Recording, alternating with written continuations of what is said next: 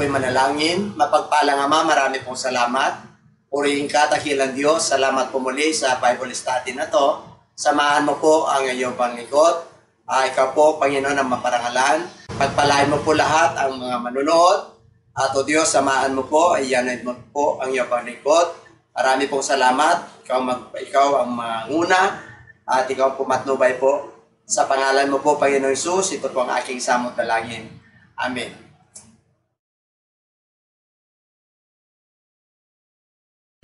Our topic for our general Bible study is about faith. In the book of John chapter 8 verse 24, therefore I say to you that you will die in your sins, for if you do not believe that I am He, you will die in your sins.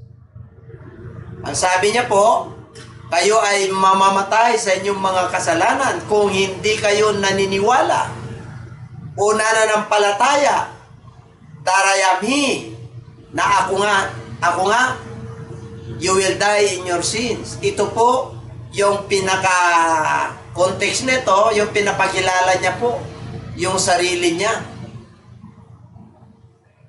Na kailan maniwala sila na siya yung Ama.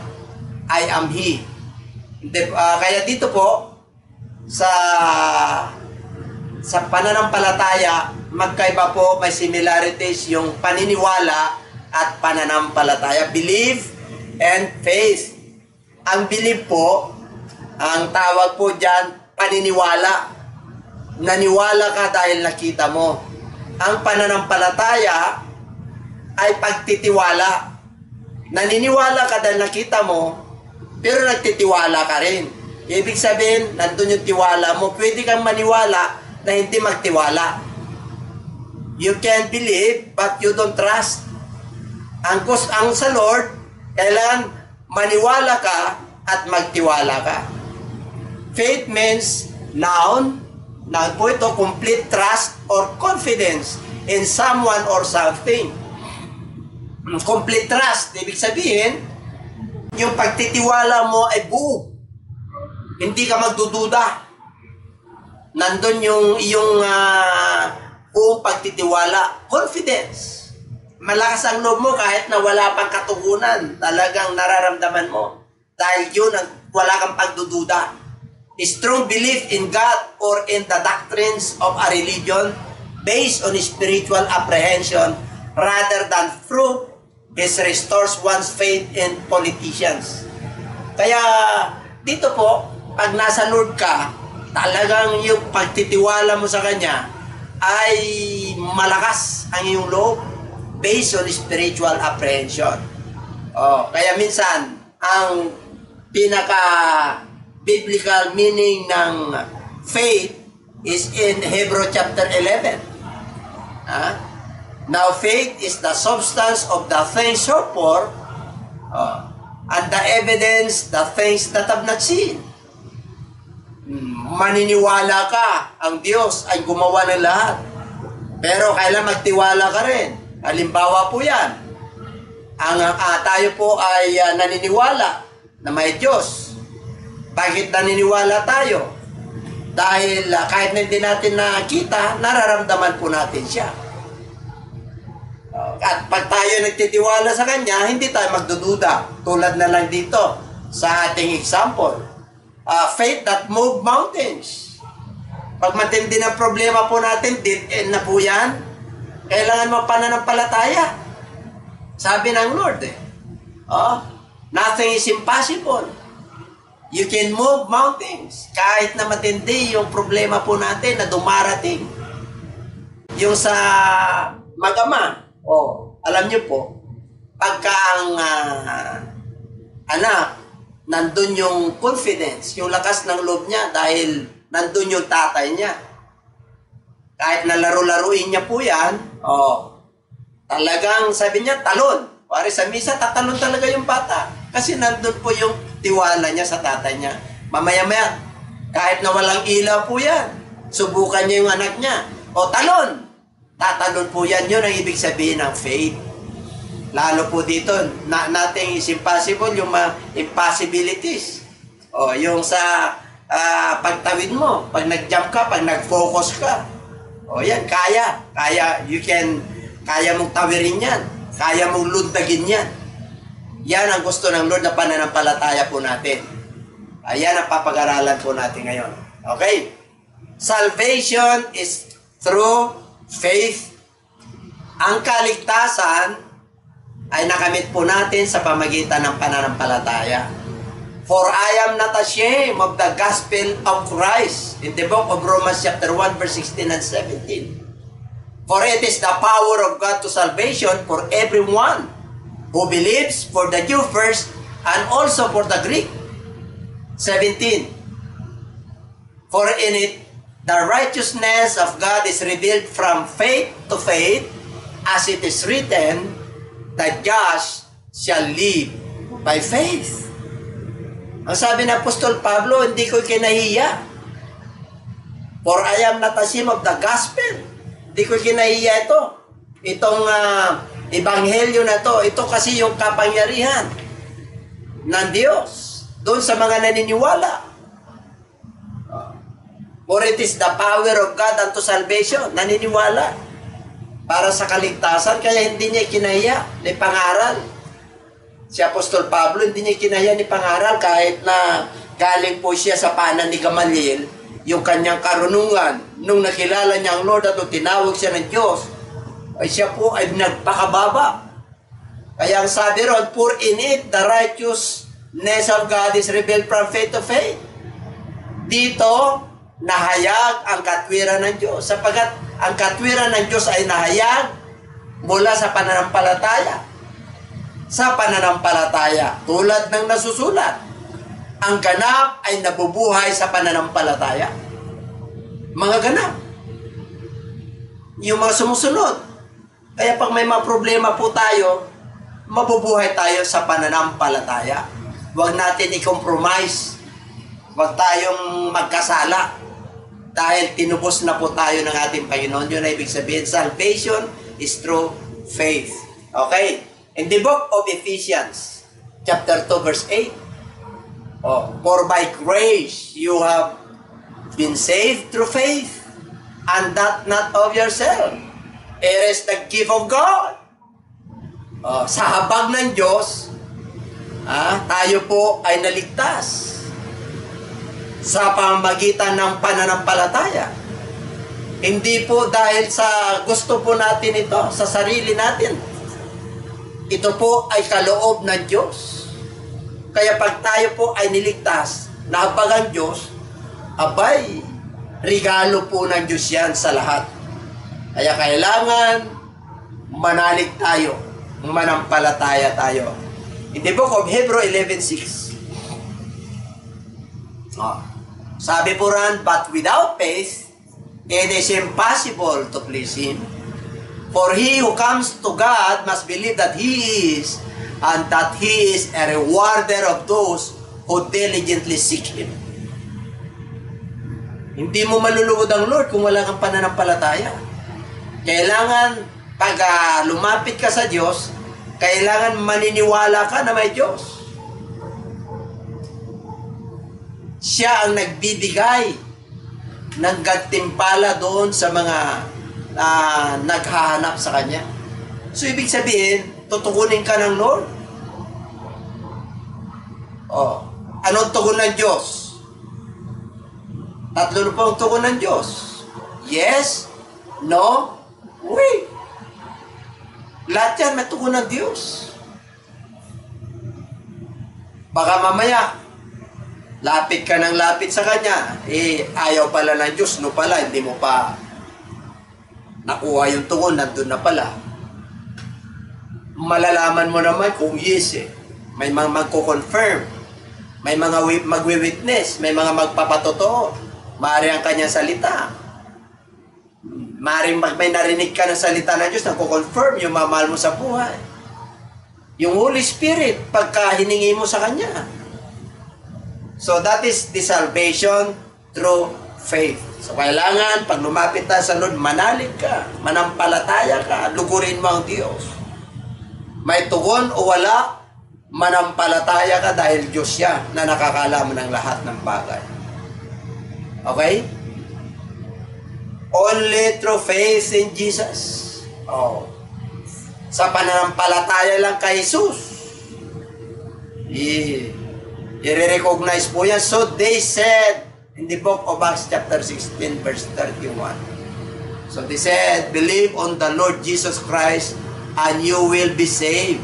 You and your household. Yan maniwala. Oh. Ang believe po dyan, naniwala talaga sila nung nag-preach. Si Apostol Pablo. Pero yung paniniwala na yan, sa book of 16, 31, 32, 33, sila po ay naniwala at nagtiwala. Ibig sabihin, naniwala at nanampalataya. Kaya sila po ay nagpabaptize. Hindi lang sila naniwala, sila ay nanampalataya. Kaya kung babasahin niyo po sa Acts 16:30 hanggang 33 po yan, nanalig po sila at nanampalataya at sila ay nabautismuhan. In the book of Galatians chapter 2 verse 16, knowing that in man is not justified by the works of the law, but by faith in Jesus Christ. Even we have believed in Christ Jesus, that we might be justified by faith in Christ, and not by the works of the law, for by the works of the law, no flesh shall be justified. So, ibig sabihin, inaring ganap po tayo sa pamagitan ng pananampalataya kay Kristo. Hindi sa pamagitan ng kautusan. Sa gawa ng kautusan. Hindi po tayo inaring ganap. Ang sabi po riyan, inaring ganap tayo sa pamagitan ng pananampalataya kay Kristo. Dapat malaman po natin, knowing that a man is not justified by the works of the law, but by faith in Jesus Christ. Doon tayo inaring ganap yung pananampalataya natin kay Kristo. And then, we have believed in Christ Jesus that we might be justified by faith in Christ. Kita nyo yun? Faith and belief, nandun po yun. So, inaring ganap po tayo ng ating Panginoon Diyos dahil sa ating pananampalataya kay Kristo. Okay, in the book of letter C, kanina, letter A, salvation is through faith. Letter B, only through faith in Jesus Christ. Ngayon, nandito na po tayo. Sa letter C, saving faith includes obedience. Okay. Ang pananampalataya, naligtas tayo sa pananampalataya, pero mayroon tayo pagtalima o pagsunod sa Kanya. In the book of Acts, chapter 6, verse 7, when the word of God is spread, and the number of the disciples multiplied greatly in Jerusalem, and a great many of the priests were obedient to the faith. Dito po nagpasimula po na ang salita ng Diyos ay lumaganap at ang alagad ay dumami sa Jerusalem. Multiplied greatly. Dumami po sila. At maraming tagasunod ang mga saserdote. And a great many of the priests were obedient to the faith. Mga manggagawa. Kanina, mga alagad, the priest, ang mga manggagawa, dumami. Bakit? Because they were obedient to the faith. Nagtalima sila at sumusunod po sila sa pamagitan ng pananampalataya. Saving faith po yun. Kanina, saving grace. By grace, we are saved through faith. Ganun naman, yung faith na yan, kailangan sumunod po tayo, tumalima po tayo sa pamagitan ng salita ng Diyos. Pagsunod po yan in the book of Romans chapter 1 verse 5. Through Him we have received grace and apostleship. Sa pamagitan ni Jesus Christ, natanggap po natin ang biyaya at pagka-apostol. Why? For the obedience to the faith. Dahil sa pagtalima, sa pananampalataya sa lahat ng bansa dahil sa kanyang pangalan. So matindi po yun. Grace, obedience, faith. Magkakasama po yan. Natanggap po nila ang kanilang pagkapostol dahil sa pagtalima ng kanilang pananampalataya. Sa buong mundo po yun, sa buong bansa. Dahil sa kanyang pangalan. Romans chapter 1 verse 5.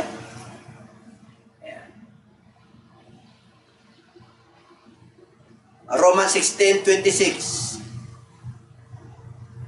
But now made manifest and by prophetic scriptures made known to all nations according to the commandment of the everlasting God for obedience to the faith.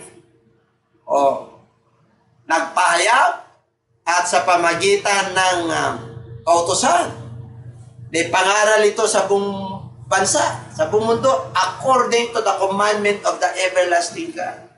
Pinag-utos po ito ng walang hanggang Diyos for obedience to the faith, sa pagtalima ng kanilang pananampalataya. Kaya dito po, napaka ang Book of Romans. Tingnan natin, basahin po natin yan. Para Romans 16:26. Subalit, nahayag na ngayon. Nahayag na ngayon. Ito po ay sulat ni Apostol Pablo sa taga-Roma.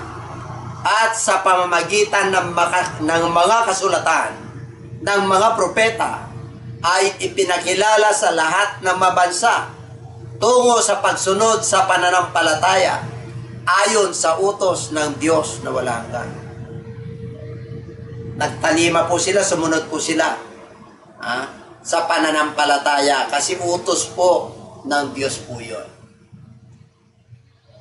Okay, dito po tayo. Faith, saving faith includes Acts chapter 2 verse 38. Nandun na naman yung gospel. Saving faith includes Acts chapter 2 verse 38. Experience. Kailangan po, pag sinabing Acts 2:38, ay yan po yung kakumpletuhan para maligtas ang tao. Yan yung mabuting balita. Yung sinabi ng ating Panginoon na you must repent and you must believe in the gospel. So yung gospel po yan. Yan po, yan yung tinanong kay Pedro ng mga mananampalatayang mga Hudyo nung siya po ay nangangaral. What shall we do? Ano ang aming gagawin?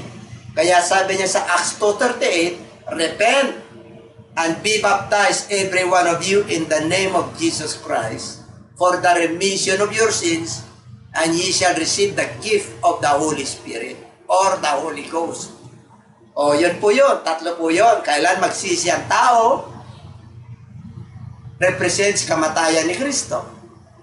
Kailangan magpabautismo sa pangalan ni Jesus sapagkat yun yung pagkalibing kay Kristo. At yung resurrection ni Kristo, yun yung pagtanggap ng kaloob ng Holy Spirit, ng banal na Espiritu.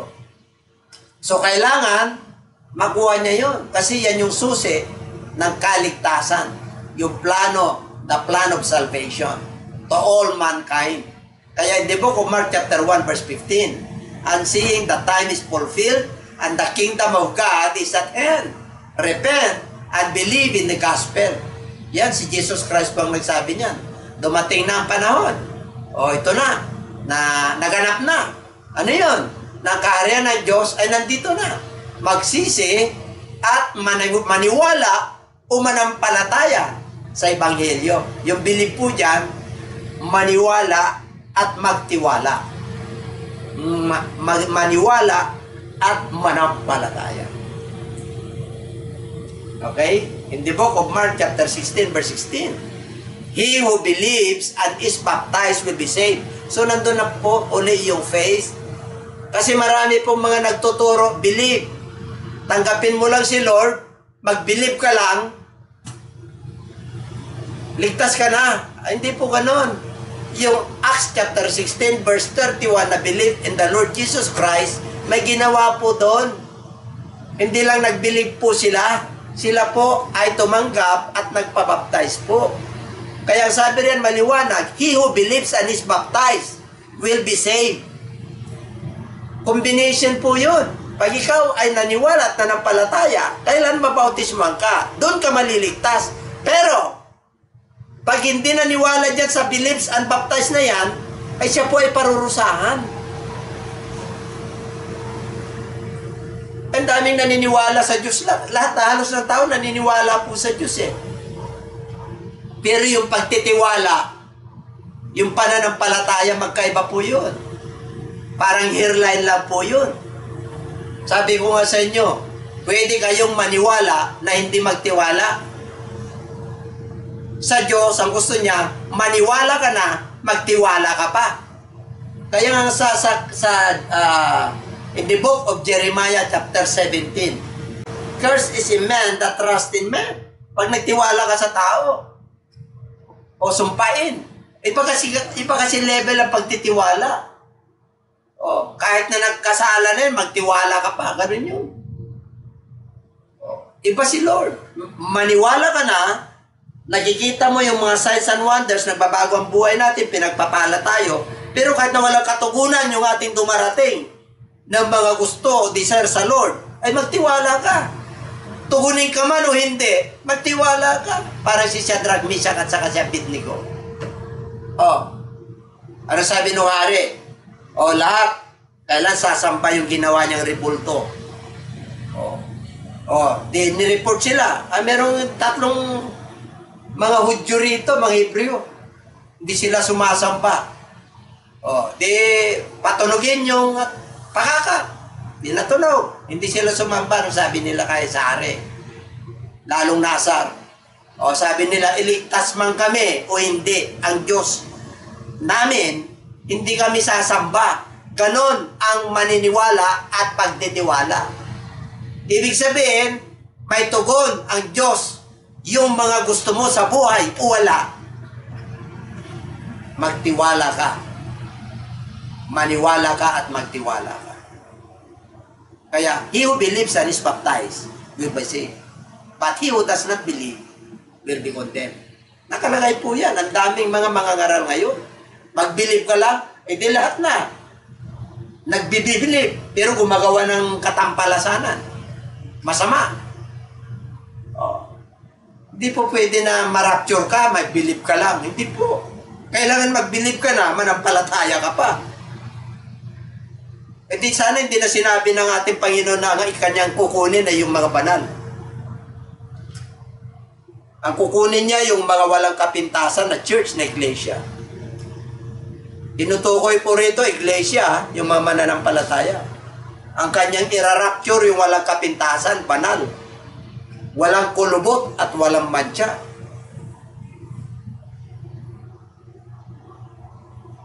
Kaya dito po in the book of Acts 19, 2-3. And I said to them, did you receive the Holy Spirit when you believe? Si Apostol Pablo po doon, nagtanong. Pumunta po siya sa isang episo yata yun, o Pilipos. So they said to him, we have not so much as heard whether there is a Holy Spirit. And he said to them, into what then were you baptized? So they said, in John's baptism. Nagparibaptize po sila. Bakit? Yung unang baptism, yung paniniwala nila noon, i-baptism ni John the Baptist. Wala pang pangalan noon, nilulubog po sila. Magsusi ka. Nagbabaptize. Pero nung nag-resurrect ng ating Panginoon, nangangaral na si Apostol Pablo, nung tinawag niya po, abay, tatanggap niyo na bang Holy Spirit? Ay, ano yun? Di namin alam Hindi namin narinig yun anong baptism na tinanggap nyo? Baptism ni John, the Baptist. Ay, kailangan mabaptize na kayo in Jesus' name. Kailangan maniwala kayo rito para matanggap nyo yung Holy Spirit. Naniwala sila. 12 po yun. Binaptize sila. Sino nag-baptize? Siyempre, si Paul. Siya naglihens. Evangelist si Paul, bagamat bira magbaptize si Paul, pero nagbabaptize din po pag kinakailangan. Kaya dito po, napakahalaga po na tayo po ay manampalataya. Hindi lang tayo maniwala. Kaya nga sa book of Numbers, yung last na Sunday service po, yung to whom shall we go? Oh.